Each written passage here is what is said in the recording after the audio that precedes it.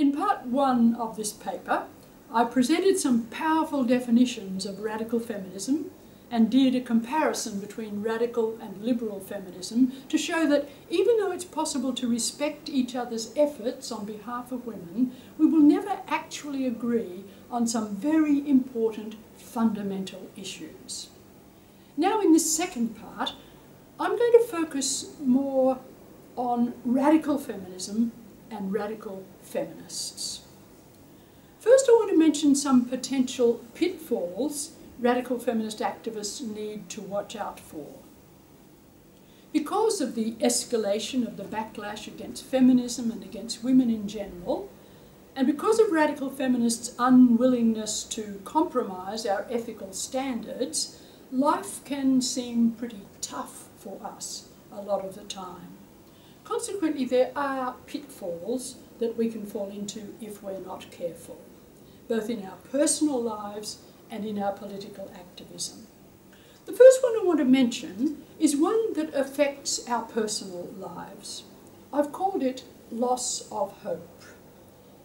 Every activist needs to see evidence that the changes we're fighting for have a chance of being implemented. Even just a glimmer of hope usually keeps us going.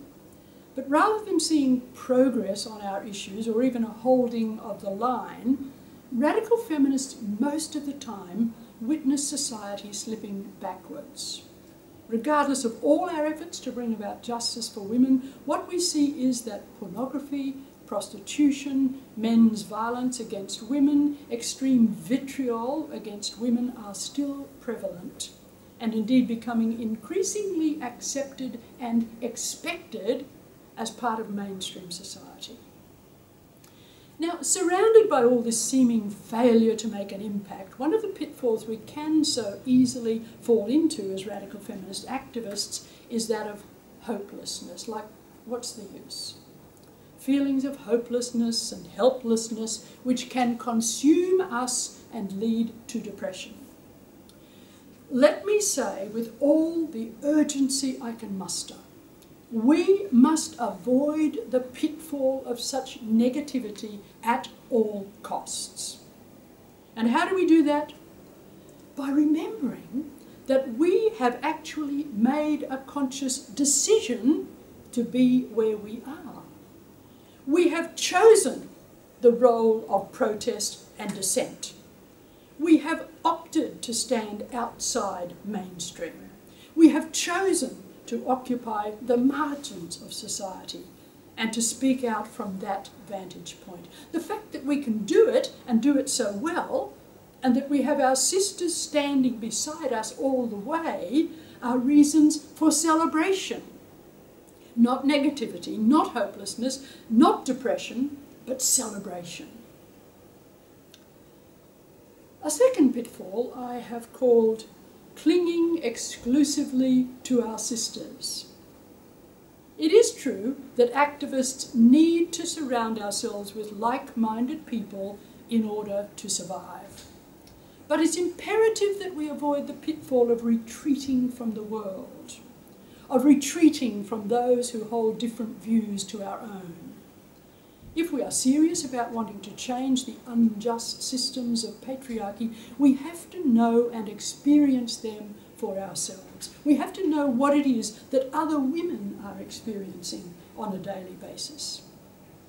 When we do surround ourselves exclusively with like-minded radical feminists, we do two things. First, we indoctrinate ourselves with our own ideas and don't give ourselves the chance of expanding our understanding of the world. And second, we amplify our desire for ideas that are familiar, ideas that are comfortable and safe. Cling to the support of our sisters by all means, but let's see the company of our sisters as respite from the harsh realities of the world, not the be-all and end-all of our existence. And the last pitfall I want to mention I've called fighting on someone else's terms. It's so important that we avoid becoming obsessed by an issue of someone else's making. Men's rights activists, transgender, pro-pornography, pro-prostitution activists and their various supporters all seek to confront us and challenge our stand on those issues. And it's so easy for us to become trapped in unending argument with those who object to our assessment of their values. To use up our energy trying to convince those who will never be convinced. We have to learn to let go of things and not be obsessed with the desire to win arguments or score points against those whose agenda is actually to divert our attention from our own goals. Radical feminists are not reactionaries. We do not live to react to other people's opinions of us. We are revolutionaries. We choose our issues. We decide the battles we'll fight, and we fight always on our own terms.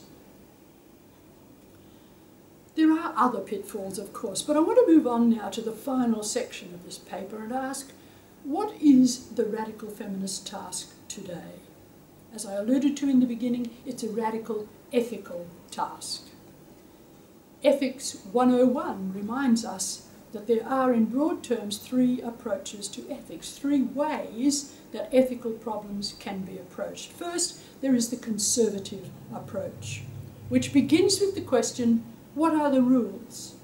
What does the Bible say? What does the Quran say? Tell me what the rules are and I'll act accordingly. That's the conservative view. Second, there is the liberal approach, which begins with the question, what do we want to achieve? What is our desired end? And for most liberals, the end justifies the means.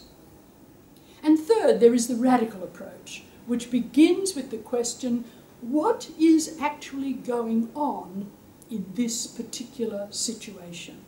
What is at the root of this particular problem? And then a follow-up question, how shall I respond?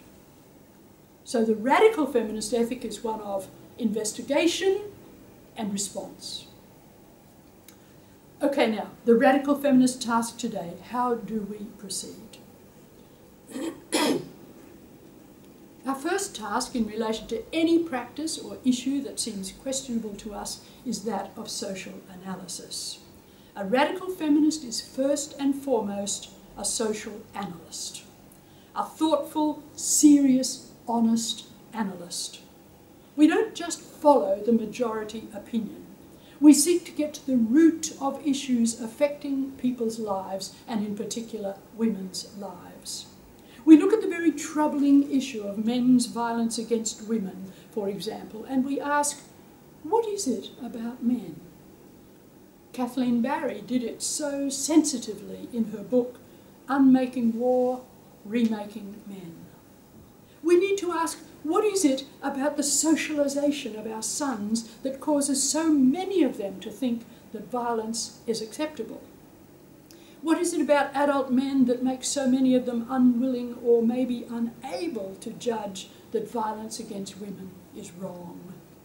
And what is it about those men who can judge right from wrong that prevents most of them from confronting other men about their violent behaviour? Analysis is our first task.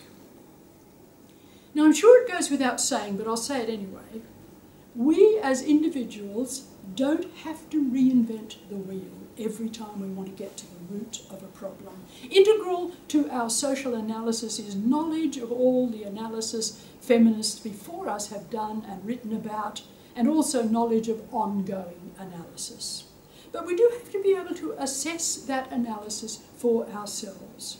We don't just accept the word of everyone who calls herself a radical feminist. We do our own analysis of the analysis. So after analysing and identifying, our next task is that of naming. And this is the hard part. It takes courage.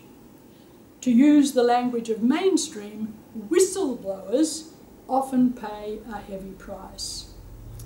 Look at 14-year-old Pakistani girl Malala Yousafzai and the price she paid for refusing to be silenced on the call for equal rights to education for girls. She named the oppression and was shot in the head by the Taliban for her trouble. Thankfully, she seems to be recovering in the UK. Julia Gillard, Australia's Prime Minister, took the unprecedented and incredibly courageous decision to name misogyny. It could have cost her her future in Australian politics. She could have become a joke on the world stage, and if the Australian media had had its way, that's exactly what would have happened. She took an incredible gamble and was saved, I believe, by social media's overwhelmingly positive response.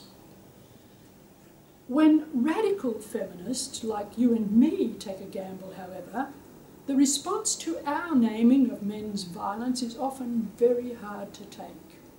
Vicious in the extreme. Sheila Jeffries, Gail Dines, Melinda Tankard-Reist and others pay an enormous price for their courage on a daily basis. But they continue steadfastly to name people and industries oppressive of women. Other radical feminists do it too, and often at great cost. The one thing we are sure of is this, that regardless of the cost, the serious task of naming must be done. And finally, the radical feminist task that follows naturally from social analysis, identifying the roots of oppression and naming the oppression and the oppressor, are those of protest and action. Protest and action can take many forms: writing, demonstrating, speaking out at every opportunity. It can be simply taking part in Red Rose rallies, as many of us do, as feminists all over Australia do, to mark the deaths of women at the hands of their male partners. A simple but effective way to protest against men's violence against women. Or it can be taking part in Women Only Reclaim the Night marches. Or it may be related to language, refusing to say family violence when referring to a man's violence against his partner. Or remembering to name violence against women as men's violence against women. It could take the form of objecting when someone refers to a man's sexual abuse of a child as a relationship between them. It's not a relationship, it's sexual abuse.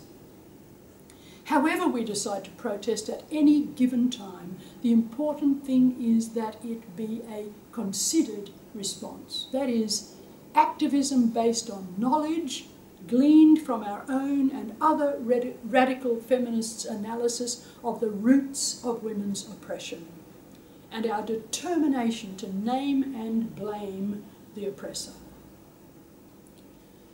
So to conclude, claiming our place on the margins of society, not slinking to the margins and feeling sorry for ourselves because mainstream society has pushed us out, but proudly claiming our marginal status, our task as radical feminists is to continue to speak out and make our voices heard.